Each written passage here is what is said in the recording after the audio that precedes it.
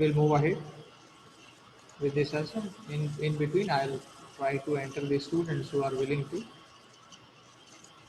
be inside the meeting lecture session. Okay. In last session, we have learned about how hydraulic pumps are going to activate the system and help you out with the system processing. Right? So in last session, what we have done, we have learned about how hydraulic pumps are going to help us out to activate the system, how whole circuit is designed. Today's our task is to identify the valves and valve operations for a particular task. And here is the book what we are referring to get the detailed understanding of hydraulic and pneumatic systems. You can capture its image via screenshot. We are using the hydraulics and pneumatics technicians guide which have been published by Elsewhere publication. So in previous sessions, what we have learned, what is static pressure, what is dynamic criteria of flow, how pumps work, how hydraulic circuit works, how single acting and double acting actuators are working. We have also seen the physical phenomena of double acting actuators. We have discussed the working methodologies of various pumps, and now we are moving ahead to have discussion regarding pumps which have been remaining in the last session and the valve systems.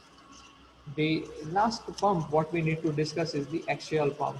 In this axial pump, we are having a splash plate and a plate which is revolving having certain alignment. So when this plate revolves on a shaft, you can even imagine it as a cam which is working in two dimensions. Generally, cam helps the follower to move in single direction, upward and downward, but this plate is going to help us out to have motion, multiple motions in single configuration. So what happens in this case,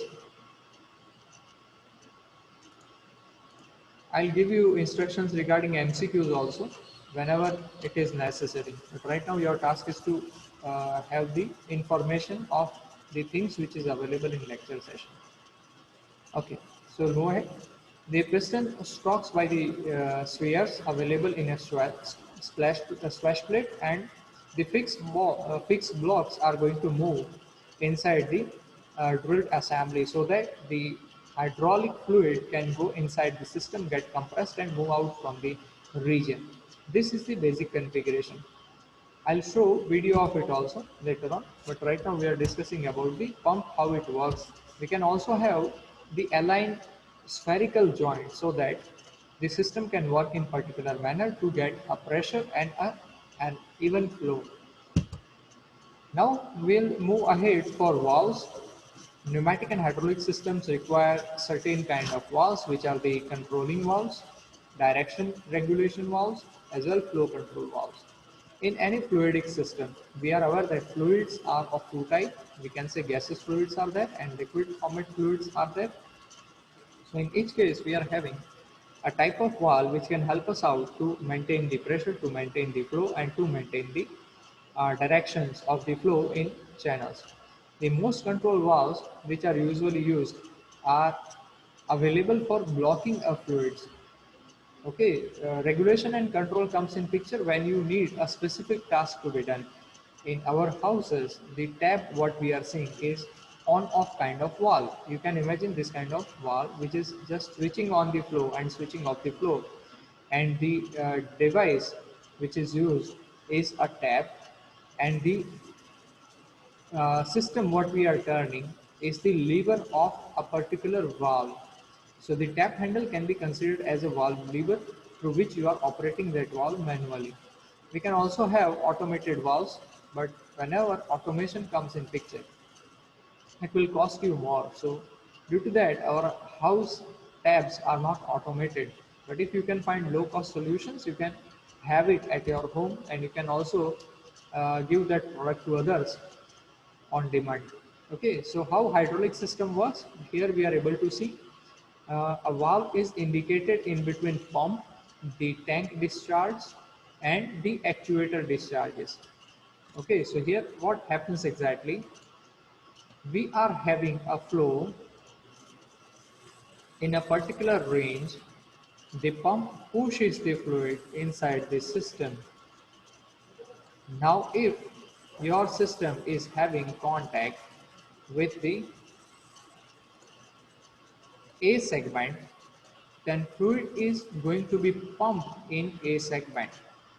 Okay, you will find pumped fluid availability in which segment? It is A segment. Okay, here fluid is going to be available. Now, if the fluid gets inside the A segment, then what is going to happen to the plunger? The piston is going to move in downward direction. At that time, there is a fluid available at bottom segment also. So where this bottom segment fluid will go? It will enter in the B segment, and we are having an opening of B to the tank. So your fluid is going to transfer like this. Now what happens if the contact changes? I'll see it. Now I think you are able to imagine this stuff, what I want to convey. Now what is going to happen if I want to move? The movement what we have referred here is the movement to move your piston in downward direction. Now if I want to have the movement of piston in upward direction, what is going to happen? We need to define the flow of fluid from pump in certain way, and from the pump discharge the flow is going to available at the B section. So now fluid will enter inside this assembly. Now fluid is going to be poured inside or pumped inside this region, and due to this particular region's filling, the piston is trying to move in upward direction. At that time, in this second segment, there is a fluid available, which is automatically get discharged from the A section to the tank. Okay, so this is the phenomena how the whole system works. I hope you are able to understand this one. You can even capture images or screenshot of the system. So to move it in upward direction, we need flow from the B. So we can say the forward or upward movement is designated from the action available at B or the processing defined at B, and the movement of downward direction is available when the processing happens through the port A. How many ports are available? You must have to be clear about the ports. There are 4 ports available in this system. Which are those 4 ports? Ports mean openings in the valve. First is P, second is T, then A and B. These are the 4 ports available. How many actions we are getting from this particular ports? There are 2 actions: movement of the component, the piston cylinder assembly in upward direction, and movement of system in downward direction. So this is the movement what we are getting. I hope you are clear about this stuff, what I'm communicating.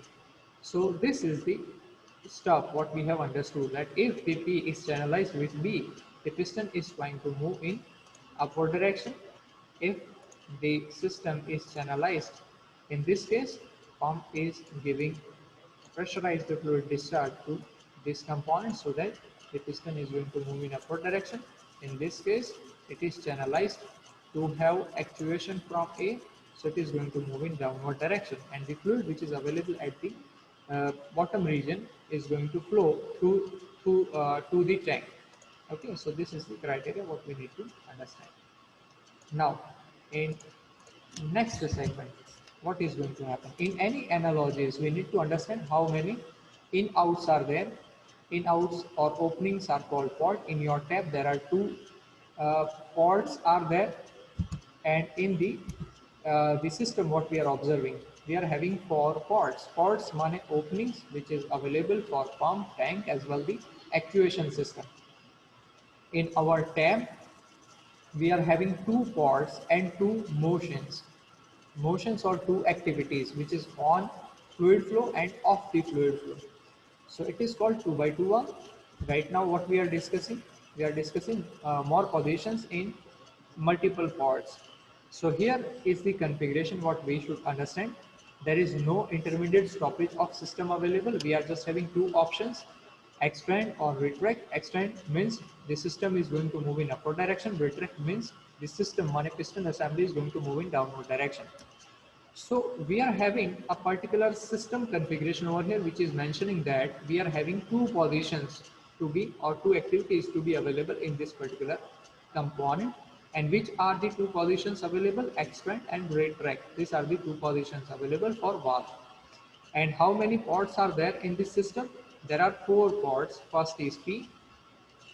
You'll be able to see that the number of ports which are available over here are P, T, A and B, where A and B are indicating activities and P and T are the port available to have fluid from pump, and T is to find to have discharge of fluid at tank. Okay, so you need to understand it clearly what exactly it indicates. Now what is going to happen if I will press extend? The system is going to be activated like this. You will be having a particular format. Now P is going to be in contact with T. Bottom portion of system is going to be activated. It will push your piston in upward direction. And what is going to happen to the other fluid available in the upper zone? It is going to be pressed out at A, and it is directly having communication with T. So when you push extend or move your lever towards the extend, at that time this is going to happen. Okay, this is the sequence which is available to us. Your fluid will flow in this particular sequence. It will move in upward direction. Now if I go on discussing about the second position, because we are aware that there is two the mention what we have, the criteria what we have mentioned over here is about extend and retract. So whenever we are shifting towards the second position, what is going to happen? Now P is having direct contact with, or it is having opening with A. A region is going to be pressurized and your piston is moving in downward direction. It will move towards the downward direction. And at this time, the fluid available at the bottom is going to be discharged to the tank. Okay, so whenever retract happens, this is the thing which will be available to us. So why we need to understand this terminology? Because whenever we are going through the understanding of terminology, at that time we are configuring a layout of whole circuit. So after understanding a particular phenomena, if you are layouting that phenomena in good manner, then you will be able to identify which kind of valve can be utilized. Now this is the second configuration. In this configuration, we are having three position indications. Which are those three positions? The first position which is identified over here is the extend position. The second position which is available over here is off condition, and the third is the retract condition. So there are three types of possibilities of position available to us, and in these three positions the intermediate off position is going to be indicated in certain way, that when we are actuating it for off condition, or when we are identifying the off condition, the valves are going to be closed. Okay, so here what happens exactly?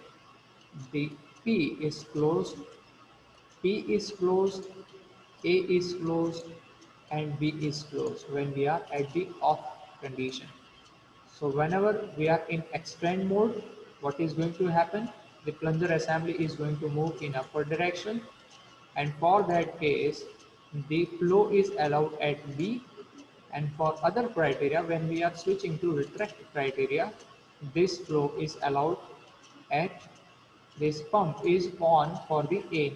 Okay, so we are getting this kind of condition if you are able to see that. So this is the behavior. And what happens when we are at the off condition? When we are at off condition, uh, the system whole valves are going to be closed. Now we'll see its layout as a diagram or as a featured reference or logo, you can say how it can be represented. So this is the representation of possible valve actions for a 4 by 3 action. Okay, so what is going to happen in case of extend?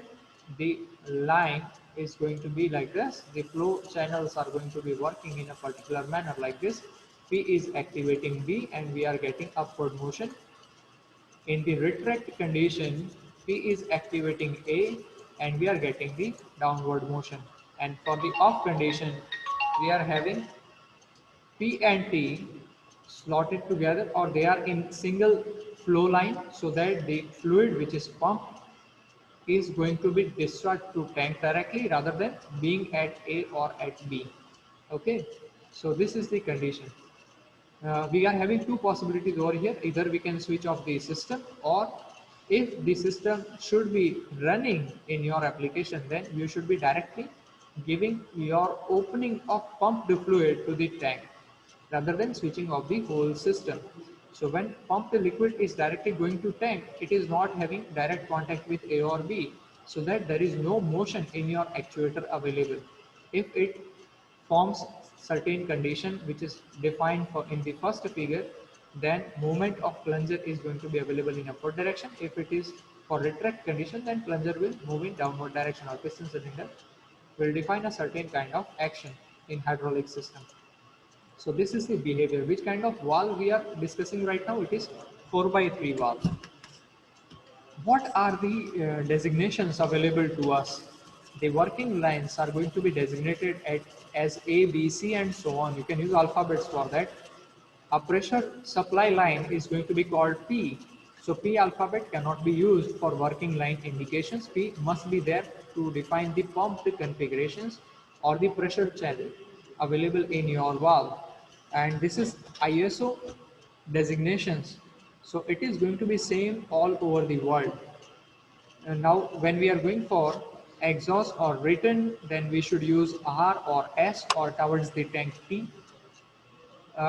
T alphabets for this particular representation, and this is for this ISO 5599 is having certain uh, written segments in which 2 or 4 segment is indicating working lines, one is indicating the pressure supply lines, and others are indicating in particular format. And control lines should be called Z, Y, or X, and the last alphabets of particular sequence. Okay, so this can be used. Now here we are able to see a particular condition. When a two position valve is available, there are two different possibilities available in two position valve. As we have discussed earlier, two positions, it may be on or off condition, it may be forward or reverse condition for an actuator. So if we are discussing about the flow line, I'll draft that flow line over here so that you will be able to understand it. If there is a pipe in which you are assembling a valve, so if that valve allows the flow, then A can be indicated as the switch on condition and B can be represented as the off condition. Okay.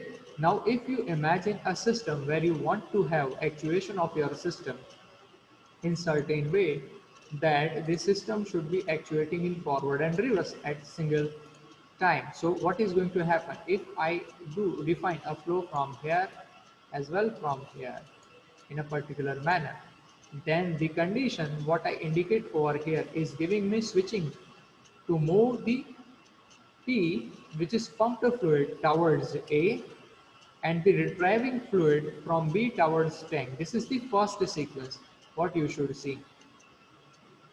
So we are getting single movement in this system at a single time. So when this is actuated, it will move in forward direction. And when I'll switch to the other segment, it will move in other direction. Okay, so it will in reverse format now. So on off can be one of the two position valve conditioning, and the forward reverse actuation of the actuator is going to be the second aspect. Now when I move ahead for the observation of three different components, then what is going to happen? Three position valves is going to be called 4 by 3 valve, where center is off, means there is no contact between P and A, P and B, and there may be a discharge of P to T. Why I am saying maybe a discharge? Because there are two possibilities. Either you can switch off the system or you can define flow of fluid from P to directly T by switching off the contact between PA and PB. So here what is going to happen? We will have the first segment of motion over here as the forward motion. The second component or motion available is the reverse motion, and the third segment is available as the stop condition. So forward, reverse and stop can be done using the single valve, and as the actuation sequence changes, the complexity related to a system also changes. Now what happens exactly over here? If you are having an actuator attached to it and the system is pressurized for the first condition, then the P is now defining contact in the second segment. So now what you can do, you can imagine that this is the off condition. So I am eliminating the textures over here so that you will be able to identify the second thing what I need to convey. If I'll say this is A and this one is B, and over here we are having pump and the tank. So what is going to happen in this case? You will be able to see that pump is now in contact with B, and whenever pump is in contact with B, what is going to happen to the system? I'll draw a simple piston plunger assembly so that you will be able to understand it. If this is the criteria, then B is now B is directly in contact with B, B is in contact over here. So it is going to push the plunger in forward direction. I'll also draw the plunger so that you will be able to identify the criteria.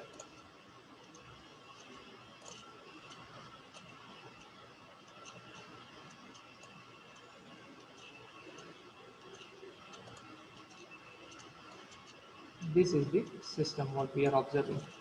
And now the retrieving fluid is going to be available from here. This region is directly in contact with A is in contact with T, and T is going to transfer that fluid which is available in the upper zone to the tank. So when the system actuates for, or the valve system is moving from its position, then we are getting a forward motion.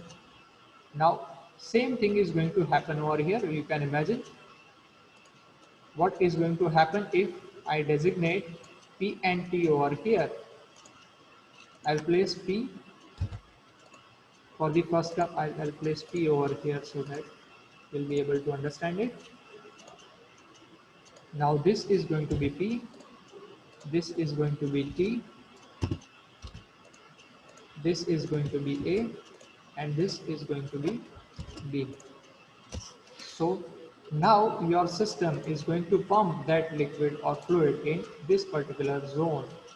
When it is switched for this condition, pump is giving the pressurized fluid to A is going to work in particular direction, and we are getting the retrieved flow from B, and B is giving directly to tank. So forward, reverse and stop, all three conditions can be indicated in single sequence. So this is the representation of 4 by 3 valve.